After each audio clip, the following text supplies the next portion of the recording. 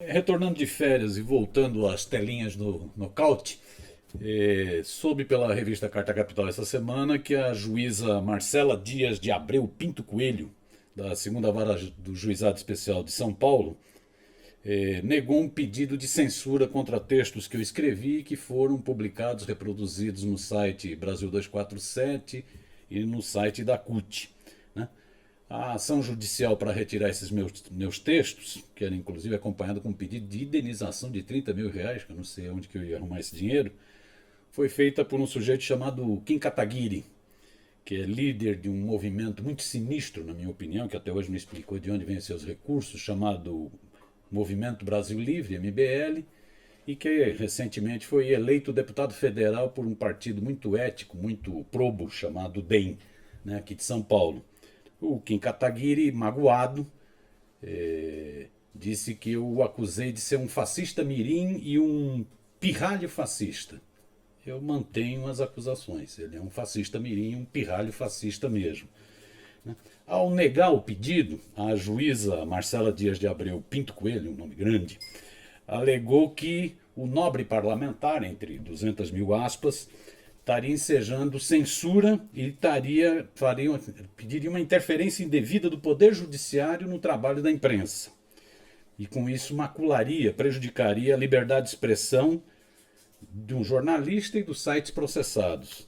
Aqui vale o aspas da juíza, uma sentença muito afirmativa. Entendo que todo o conteúdo das matérias acostadas na inicial, as matérias que eu havia publicadas e de autoria dos réus, não representa senão o exercício dos direitos constitucionalmente garantidos, sendo esses os da livre manifestação do pensamento, da liberdade de expressão e imprensa, cujo abuso não restou evidenciado. Então essa foi a sentença da juíza. A juíza ainda disse que o uso do termo fascista mirim, pirralho fascista, que eu usei em alguns textos para chamar carinhosamente o Kim Kataguiri, né, decorrem das próprias posições do Kim Kataguiri, né? A juíza, aspas, ela diz: imperioso destacar ainda que a utilização do termo fascista destaca, de forma extrema e em teor veemente de crítica, o posicionamento político do autor, né, sob a ótica dos requeridos. Ou seja, o que ela diz é que chamar o Kim Kataguiri de fascista, porque não é um fascista mesmo, as posições políticas dele são de ultradireita, né?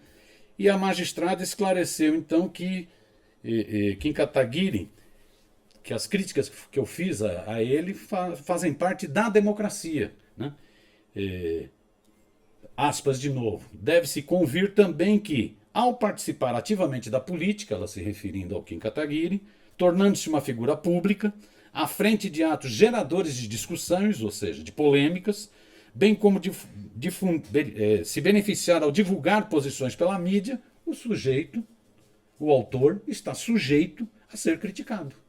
Então essa foi a conclusão da juíza. Essa foi a decisão. É evidente que o nobre deputado, entre aspas, vai recorrer dessa decisão, né? Mas foi uma vitória pequenininha, né? Mas vale a pena dar uma curtida nesse momento, né? Vale a pena festejar a derrota da ultradireita quando ela está numa ofensiva tão violenta no Brasil, né? Eu avalio que a questão da liberdade de expressão está ganhando cada vez mais importância no Brasil, né?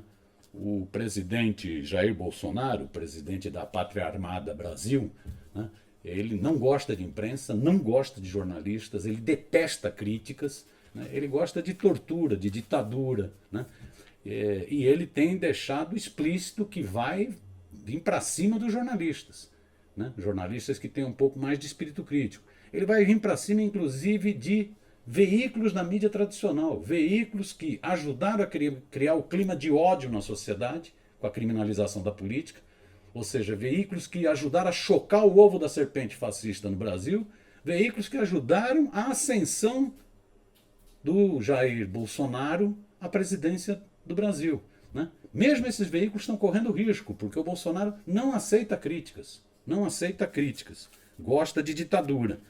Esses veículos vão sofrer processo, no meu entender, e os sinais já são evidentes, de asfixia financeira. O Estado vai utilizar o seu poder de anúncio publicitário para tentar enquadrar esses veículos, ou eles se dobram ou vão ser asfixiados. E vai haver também muita ação contra jornalistas, desrespeito aos jornalistas. É bom levar em conta que os seguidores do Jair Bolsonaro, seguidores fanáticos, têm um ódio muito grande a jornalistas. Nas redes sociais, eles estão presentes e eles não vacilam em destilar veneno, em estimular ódio contra jornalistas, inclusive, e mais recentemente, principalmente, da chamada mídia tradicional. Né? Tem destilado ódio. Né? O MBL, do Kim Kataguiri, é um dos movimentos que mais produz fake news no Brasil. Isso não sou eu que estou falando, são pesquisas que demonstram. E é um dos movimentos que tem mais estimulado esse ódio à liberdade de expressão, à liberdade de imprensa, a jornalistas críticos, a veículos que têm adotado uma postura mais crítica.